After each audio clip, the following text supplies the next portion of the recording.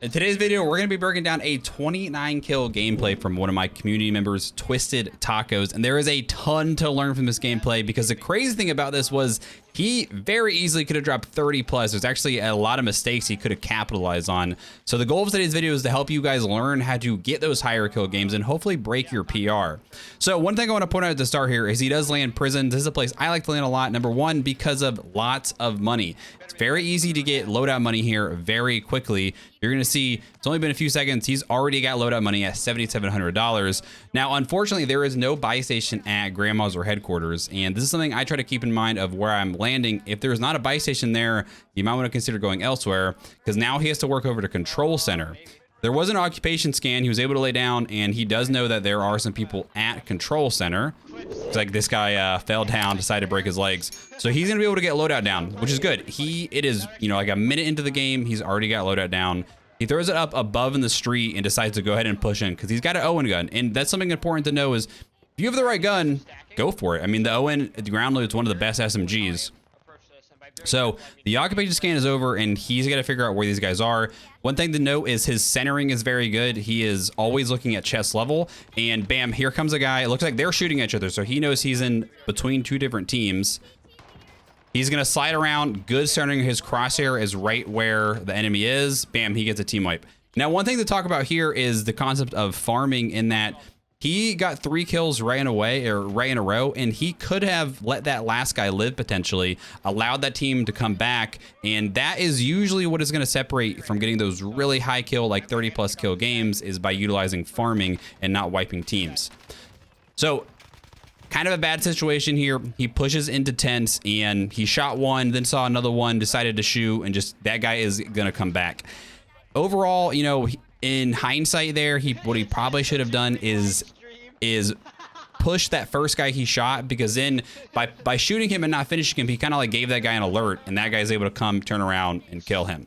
So all good though. I like it, Ant. One thing I do want to talk about is pacing, and so he's going to end up dying a lot in the early game, and his pace is actually not that great for a high kill game, to be completely honest. At this point, though, remember, he never grabbed his loadout that he threw, so he's able to land back on the loadout. He's got 4 kills here and still in first circle. A rough kind of rule of thumb is I like to say you need to be going for at least 8 plus kills if you within the first circle before the first circle closes for 30 bomb pace. And he ends up not doing that, but he gets very, very close to a 30 bomb here. So he's going well gun SPR. He gets it down here and then ends up dying here. One thing I want to talk about the well gun and his choice of loadout. It's a phenomenal gun, but with the 40 round mag, it's tough to run in quads. They're currently in trio versus quads. So that's something to keep in mind that, yes, it's a better one-on-one gun, but he's going to end up dying actually here later, specifically because of the lower ammo. The SPR is also actually a really solid underrated gun. It's especially in the sniper meta. If you're good at using snipers close to mid-range, snipers are actually in a really, really good place. So he's able to land and get his loadout back. He gets the finish, which gives him information on the mini-map, and he's immediately able to go push up in the tents. Now, there was another one that pushed that was over here, and this is where the ammo is going to end up hurting him. He's going to get it down, but look, now he has no ammo. So he had 5 bullets left in his mag. It may have not mattered or not because that guy kind of pushed as soon as he was in the throwing knife. But he's died, I think, 3 times already. And the first circle hasn't even finished closing. So we're just going into second circle. At this point, his last teammate's got to stay alive. It is useful if you're going for really high kill games that you have teammates that you can talk to and that you can give comms to be like, hey, stay alive. And he actually literally just called that out. I don't know if you guys were able to hear that. He said, I need you to stay alive. So he's back. Now he's able to go land on the spawned loadout, and he's going to get in the blender a little bit here, to be honest. He's going to try to get loadout, and guess what? There's people right on it. He's going to end up dying here. Now, here's the thing. Do not hyper focus on landing on loadout. It's something that I do too. Everyone does it. Instead, what he probably should have done, because he saw people there as he was landing in, probably should have tailed off a little bit, maybe went back into prison, tried to find some decent ground loot guns, and then went up, pushed with guns, and tried to get loadout. So, like I said, take your time with it and do not hyper focus. And he's going to end up hyper focusing on it because he's going to go back again. He's going to end up dying, I think, the 5th time already in this gun. So here he goes. He's going to die. So he's got 7 kills in second circle. I think he's died 5 times already. And he's going to end up dropping 29 kills in this game. It's kind of hard to even put in perspective, but if he was able to have a better pace and maybe focus on not dying so much, I think when we started getting the blender, one thing that I always tell people is don't worry about, you know, pushing and getting all these crazy clips. Just focus on staying alive. And this time, third time, he finally does take a different route. He's going to land on the roof instead of right on Loadout and get a gun. And look, he's got people still on Loadout. If he would have landed on Loadout, he would have died 100%. Now, at this point, they've kind of ran away. It seems like he's going to try to sneak down and get Loadout. This guy's right in front of him, but he's able to quickly get Loadout, and he uses the Loadout as a head glitch, sort of, to use it as cover and fight off of that. So now he's finally got his Loadout guns back. He's got to reload because, you know, again, this wall gun, that is the downside of this wall gun loadout, although it is good. Low ammo capacity. Gonna be able to push and get this guy down. One thing that I do want to say that was good that he did is he didn't automatically mantle in the window. Mantling can really screw you a lot of the times, and he's kind of played it a little bit slower by shooting, getting the down, then pushing in. So he's trying to go up. There's a lot more people on the loadout. There's still like 3-4 loadouts there. And I'm not, you know, advertising to camp on the loadout, but he kind of does end up doing it. And because they did it to him, and he's able to get some loadouts back. He's super weak here, so he uses the stim as a 1-8 to heal and also as a speed boost to get out and, you know, just get out of the situation, be able to replay, get to cover. So now we are at 10 kills in second circle. He's, again, just kind of hanging around this loadout now that he's able to get plated back up. And he's going to be able to get this guy weak. Hit a nice little jump spot here, kind of. But they trade. However, he hits his shots. He's got to reload. He's going to go ahead and push because he's got one downed. And I love this because he came up slowly and he cleared. He looked back, and here's a third. I mean, this team is just absolutely stacking. They're just camping in here, but he played it slowly. He was able to kind of clear each corner, you know, gives a little bit of a teabag there because, hey, I mean, I get it. I kind of respect that at that point too. So again, we're still not on that crazy a pace. 12 kills, third circle. I mean, he's maybe on 20 bomb pace, but I mean, he ends up getting to a 30 pace here. So he's got the SPR. One thing I do like about this is he takes his time, lines up the headshot. That is still in that one-shot range of the SPR. That is one perk of the SPR specifically, is it does have a little bit better range than the CAR and Swiss.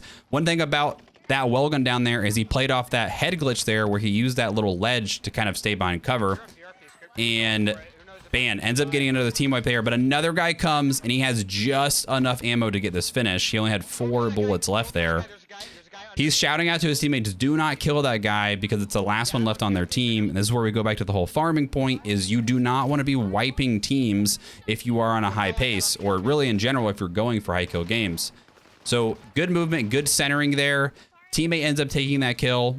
All good though, no worries. Now we're up to 17 in third circle.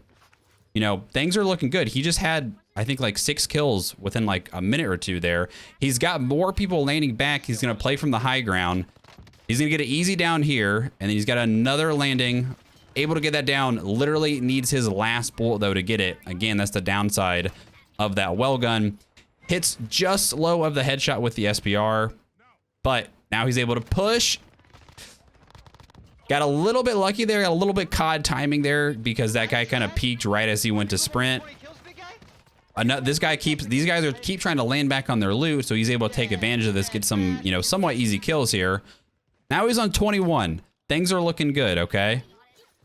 Now he's going to try to get a UAV up, and this is one of the big things is between you and your teammates, you always need to keep UAVs up, and he's got lots of people around him by the boat, and takes his time, lines up the headshot. Always better to take your time if they're not looking at you. Line up that headshot and get the down. He's going to push up for his finish, and there ends up being another one right there, and he's getting shot in the back.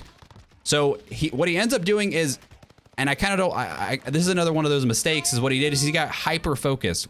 What he should have done, he should have pushed up, got behind cover, plated, reloaded, then went to push the next guy. Instead, he didn't plate, he didn't reload, he ran out of ammo. However, teammates come in super clutch though, able to come get a revive. He's on 23 kills. There's only 2 other teams left though.